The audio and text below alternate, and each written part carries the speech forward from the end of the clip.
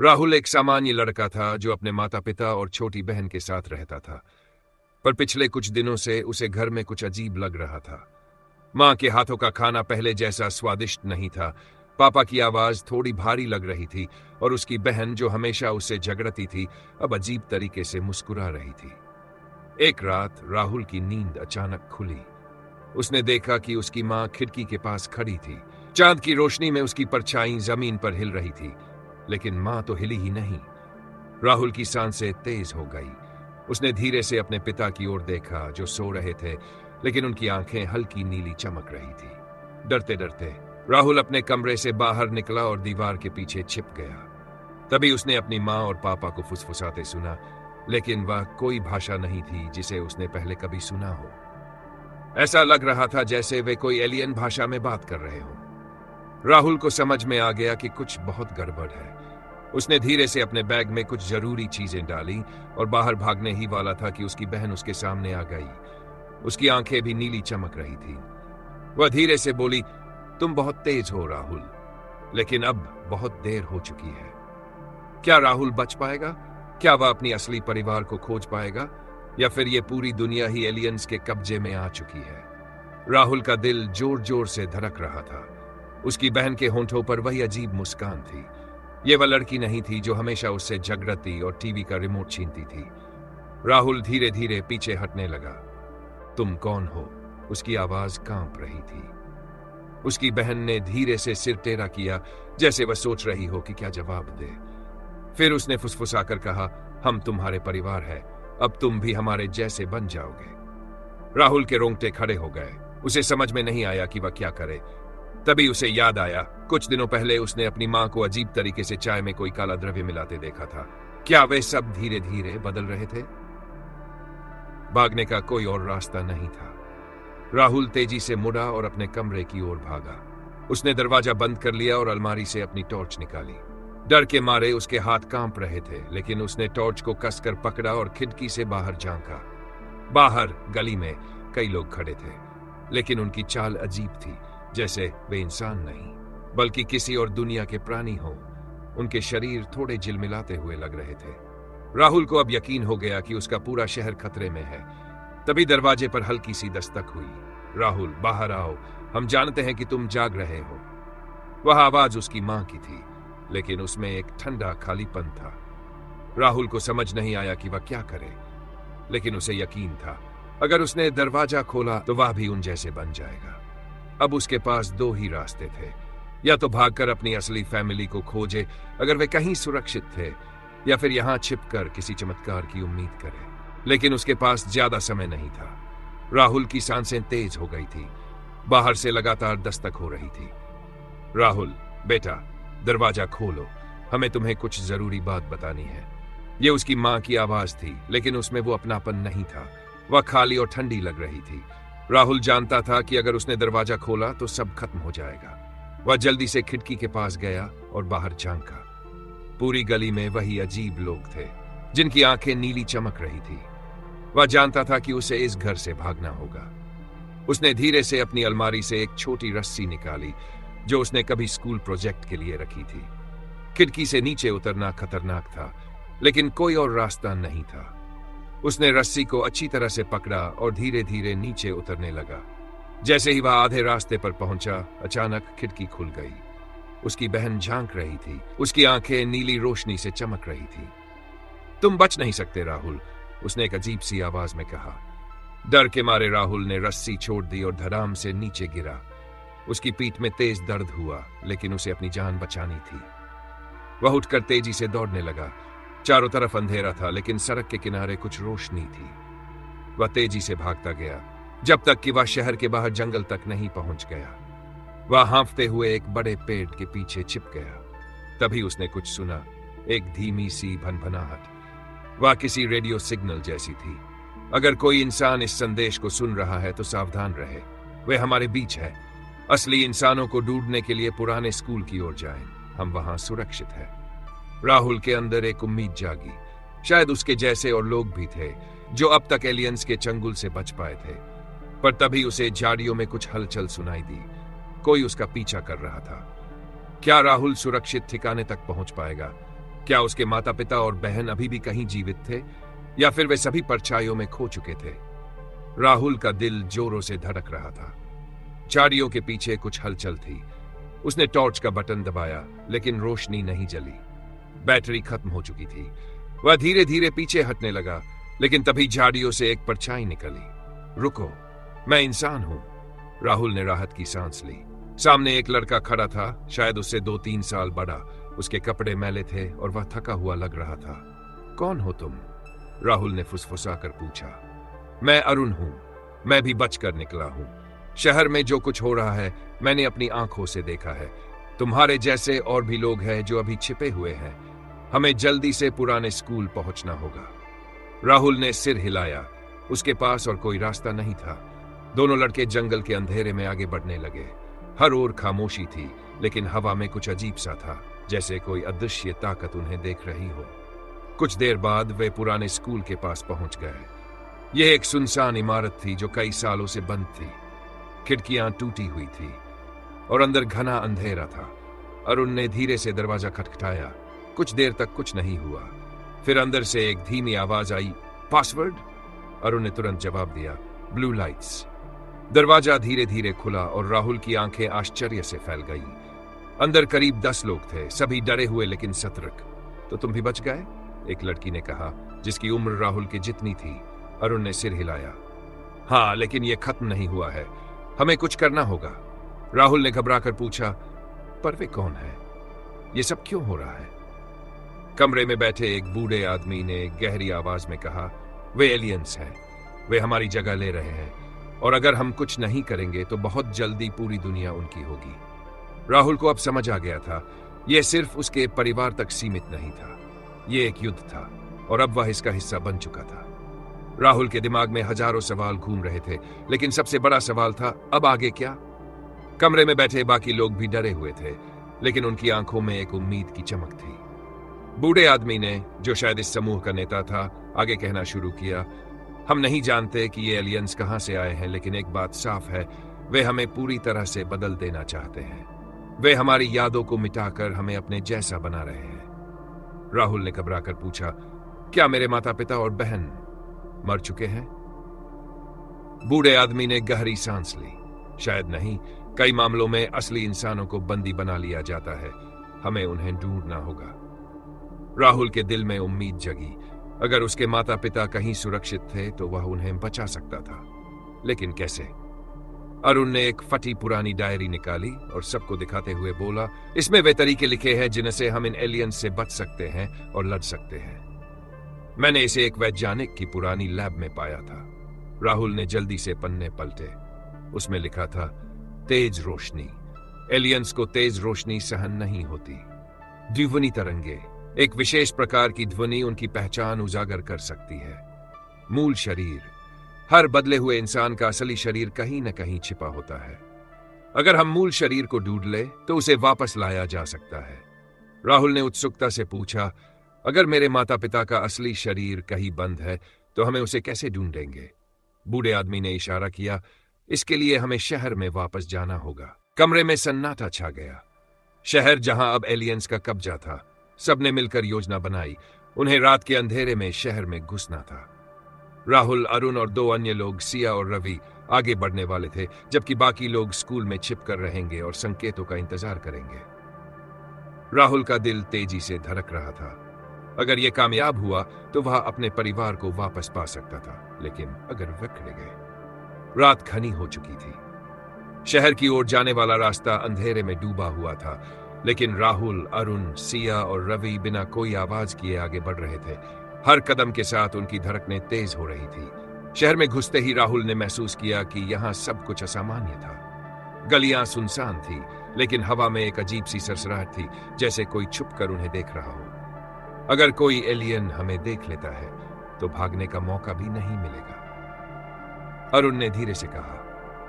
रवि ने अपने बैग से एक छोटा यंत्र निकाला और उसे ऑन कर दिया। यह वही खास ध्वनि तरंगें पैदा करता था जिनसे एलियंस की असली पहचान सामने आ सकती थी। जैसे ही रवि ने बटन दबाया, अचानक कुछ दूरी पर एक आदमी, जो अब तक चुपचाप खड़ा था, अचानक तड़पने लगा। उसकी आंखों की नीली चमक और तेज हो गई और उसका शरीर झिलमिलाने लगा। मानो वह किसी और दुनिया का हो। भागो, सिया चिल्लाई। चारों दौड़ते हुए एक पुरानी इमारत में घुस गए। अंदर घुसते ही उन्होंने दरवाजा बंद कर दिया और तेजी से सांस लेने लगे। अब क्या करें? राहुल ने घबराकर पूछा। अरुण ने इशारा किया, हम सही जगह पर हैं। यह वही इमारत है जहां इंसानों को कैद किया गया है। राहुल का दिल जोर जोर से धड़कने लगा।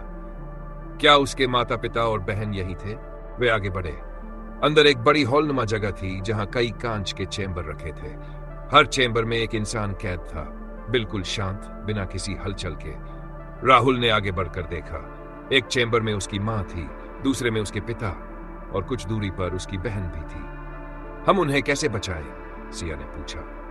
रवि ने डायरी के पन्ने पलटे और कहा, यह चेंबर किसी जैविक ऊर्जा से संचालित हो रहे हैं। अगर हम इसकी बिजली सप्लाई काट दें तो सब आजाद हो सकते हैं।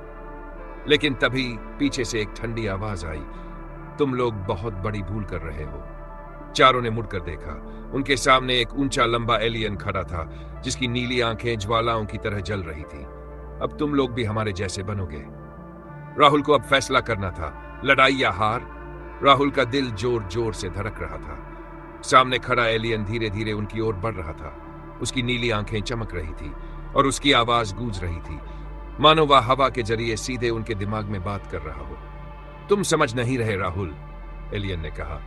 हम तुम्हें खत्म नहीं करना चाहते, हम तुम्हें बेहतर बनाना चाहते हैं। राहुल ने अपनी मुट्ठियां कस ली। तुमने मेरे माता पिता और बहन को कैद कर रखा है। यह कोई भलाई नहीं, यह गुलामी है। अरुण फुसफुसाया, हमें प्लान के मुताबिक पावर सप्लाई बंद करनी होगी। मैं और सिया उसे ढूंढने जाते हैं, तुम इसे उलझाओ। राहुल ने सिर हिलाया। ठीक है। वह एलियन की ओर बढ़ा।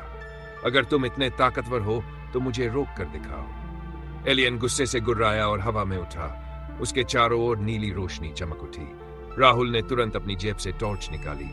हालांकि इसकी बैटरी कमजोर थी, लेकिन यह आखिरी दांव था। जैसे ही एलियन ने उस पर हमला करने के लिए हाथ बढ़ाया, राहुल ने सीधा टॉर्च की रोशनी उसकी आंखों पर डाल दी। आ! एलियन दर्द से चिल्लाया और पीछे हट गया। तेज रोशनी उसके लिए जहर की तरह थी। इसी बीच अरुण और सिया मशीन रूम में घुस चुके थे। वहां एक बड़ा पैनल था जिससे सभी चेंबर ऊर्जा प्राप्त कर रहे थे। मुझे सही स्विच दिख रहा है, बस इसे नीचे करना है।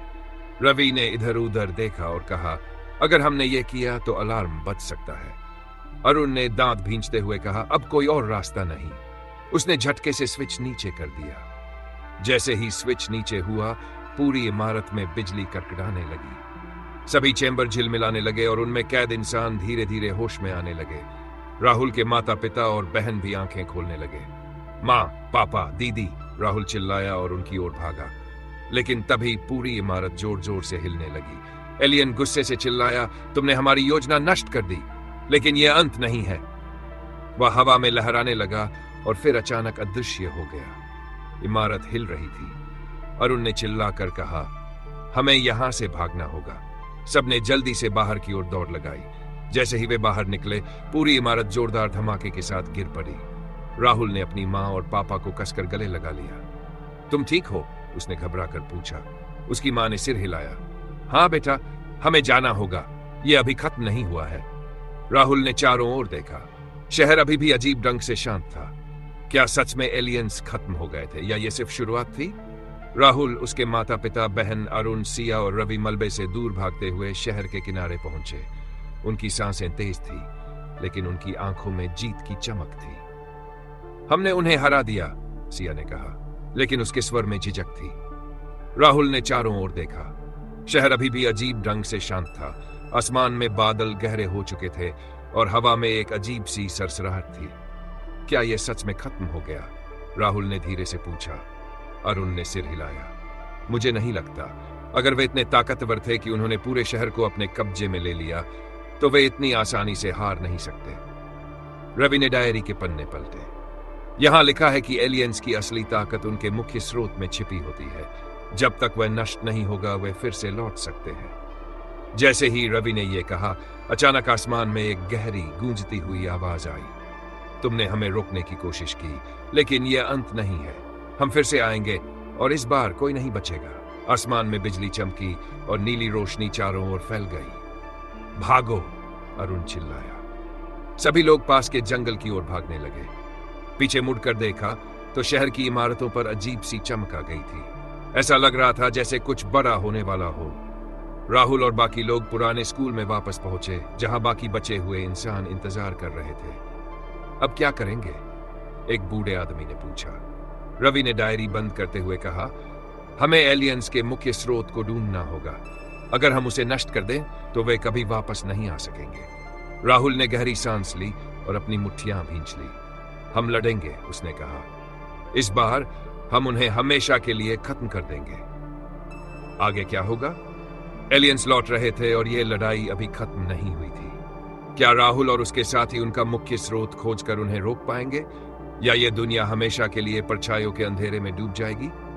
राहुल ने स्कूल की खिड़की से बाहर झांका। आसमान में काले बादल गहरे होते जा रहे थे और शहर के ऊपर नीली चमक पहले से ज्यादा तेज हो रही थी। एलियंस का मुख्य स्रोत यहीं कहीं था और उन्हें इसे जल्द से जल्द ढूंढकर नष्ट करना था। हमारे पास ज्यादा समय नहीं है, अरुण ने कहा। अगर हम मुख्य स्रोत तक नहीं पहुंचे तो वे हमें फिर से पकड़ लेंगे। सिया ने नक्शे को देखा। शहर में एक पुराना बंकर है जो सालों पहले बंद कर दिया गया था। डायरी के मुताबिक एलियंस ने अपना मुख्य बेस वहीं बनाया होगा।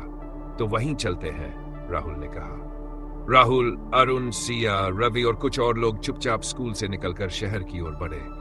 रास्ते में सब कुछ सुनसान था। कोई इंसान नहीं, कोई आवाज नहीं, सिर्फ एक अजीब सी सरसराहट, जैसे कोई छुपकर उन्हें देख रहा हो। जब वे बंकर के पास पहुंचे तो देखा कि उसके बाहर 2 एलियन पहरा दे रहे थे। उनके शरीर हल्के हल्के झिलमिला रहे थे और उनकी आंखें नीली आग जैसी चमक रही थी। हम उन्हें कैसे हटाएं? रवि फुसफुसाया। राहुल ने टॉर्च निकाली और उसे अरुण को दिया। हम रोशनी से उनका ध्यान भटकाते हैं और फिर पीछे के रास्ते से अंदर घुसते हैं। अरुण ने सिर हिलाया और टॉर्च ऑन कर दी। रोशनी पड़ते ही दोनों एलियंस चीखने लगे और पीछे हट गए। इसी बीच राहुल और बाकी लोग बंकर के पिछले दरवाजे से अंदर घुस गए। बंकर के अंदर घुसते ही एक अजीब सी गर्मी महसूस हुई। दीवारों पर अजीब चमकदार निशान बने हुए थे और हवा में एक हल्की झनझनाहट थी। बीचों बीच एक विशाल नीला गोला हवा में लहरा रहा था। यही था एलियंस का मुख्य स्रोत। हमें इसे नष्ट करना होगा, सिया ने कहा। रवि ने डायरी को देखा और कहा, यह ऊर्जा से बना है, इसलिए हमें एक बड़ा झटका देना होगा ताकि यह बिखर जाए। राहुल ने सोचा और फिर कहा, अगर हम बंकर के जनरेटर को ओवरलोड कर दें तो इससे धमाका होगा और यह नष्ट हो सकता है। जैसे ही वे जनरेटर की ओर बढ़े, बंकर के चारों ओर कंपन होने लगा। अचानक 4 एलियंस प्रकट हो गए और तेजी से उनकी ओर बढ़ने लगे। वे हमें रोकने आए हैं, अरुण चिल्लाया। राहुल ने टॉर्च निकाली और एक एलियन पर रोशनी डाली। वह दर्द से चिल्लाया और पीछे हट गया। इसी बीच सिया और रवि ने जल्दी से जनरेटर को ओवरलोड करने के लिए तारों को जोड़ा। बस कुछ सेकंड और, रवि चिल्लाया। एक एलियन राहुल की ओर झपटा, लेकिन उसने जल्दी से टॉर्च उसकी आंखों में डाल दी। एलियन तड़पता हुआ गिर पड़ा। अब सिया ने स्विच दबाया। एक जोरदार धमाका हुआ। पूरा बंकर हिलने लगा। नीला गोला तेजी से झिलमिलाने लगा और फिर एक भयंकर चीख के साथ फट गया। बाहर खड़े एलियंस अचानक जमीन पर गिरने लगे। उनकी आंखों की रोशनी बुझ गई और उनके शरीर धूल में बदल गए। राहुल, अरुण, सिया, रवि और बाकी लोग भागते हुए बाहर निकले। जैसे ही वे दूर पहुंचे, बंकर जोरदार धमाके के साथ गिर गया। अगली सुबह सूरज की रोशनी फिर से शहर पर चमक रही थी। अब कोई नीली चमक नहीं थी, कोई अजीब आवाज नहीं थी। राहुल ने राहत की सांस ली। क्या यह खत्म हो गया? अरुण ने मुस्कुराकर कहा, मुझे लगता है हाँ। रवि ने डायरी के आखिरी पन्ने को पढ़ा और कहा, एलियंस का मुख्य स्रोत नष्ट हो गया है। इसका मतलब वे अब कभी वापस नहीं आ सकेंगे। राहुल ने अपने माता पिता और बहन की ओर देखा जो मुस्कुरा रहे थे। हम जीत गए, उसने कहा। जैसे ही सब लोग खुशी मना रहे थे, किसी ने दूर आकाश की ओर देखा। वहां काले बादलों के बीच एक छोटी नीली चमक अब भी टिमटिमा रही थी।